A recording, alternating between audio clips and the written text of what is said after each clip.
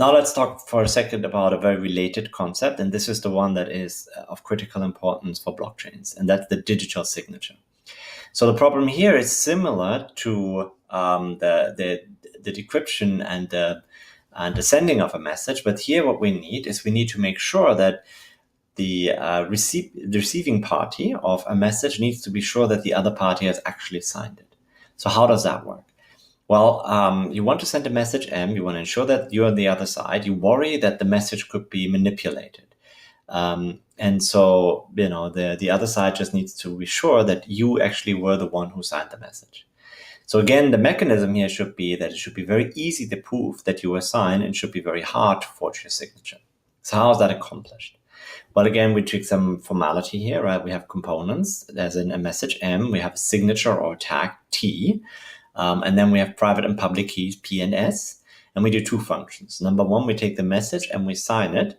And the second part is we check the message, and for that we need the signature, we need the message, and we need the public key.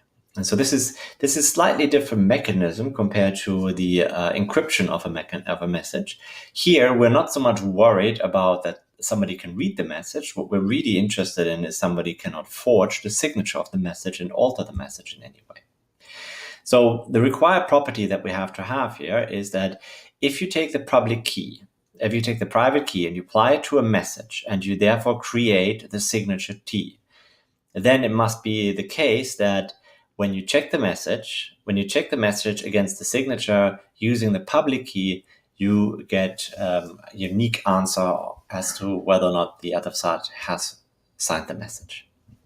So here's again a little gimmicky description of what happens. So Alice wants to send Bob a message and wants to make sure that the bandit cannot alter it so that there's indeed proof that it is her. So what does she do? She takes the message and she sends the message to Bob. Then she takes the message and she also signs it. Now she signs it with her private key. She keeps that to herself. She doesn't show that to anybody else. And so then she takes that, she computes the signature and sends the signature to Bob. Now Bob can see, because it's probably posted on the internet or because Alice sent it to him, he knows the public key. Now the public key is not enough to forge the signature. The signature requires the private key, but it is enough to check against the message, against the signature, of whether or not the private key that Alice has applied is actually the one that signed that message. And so that's essentially the check that you have. And the trick, again, is that there's something which is very easy to do.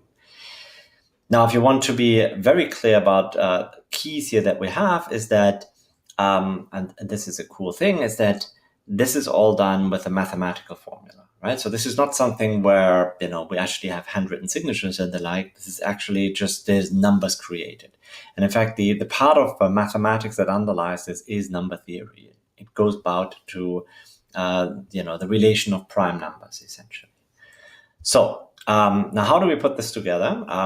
So hashing is a widely used and convenient way for developing outputs of fixed length from any number of texts. So what that allows us is to have a very concise representation of information. We can use public-private key signatures and then ensure that you can prove that you were the owner of a piece of information. So that provides security for you. And encrypting messages is not a concern for blockchain, to be very clear, right? All the information will be out in the open, but the important part is that you can prove that you're indeed the owner of a message. So now the theory that underlies it, and this is something which I haven't shown you yet, is usually uses numbers and not letters, right? So as I said, it's based on number theory and particularly the usage of prime numbers. And in the back of your head, you may go and say, well, but we really exchange text, not numbers. Well, the answer is actually quite simple, is that you can represent any number using ASCII code, right? Or rather, the other way around. You could take any text and represent it by a number using ASCII code. And once you do that, then you can take the ASCII code number, apply number theory to it, and get exactly the outputs that you're looking for.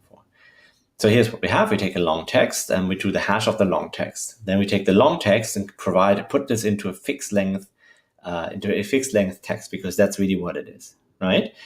And then we can take the ASCII code for that hash. So that is the fixed length text, and that will then be the input that we use in our number theory based tools that we use in cryptography.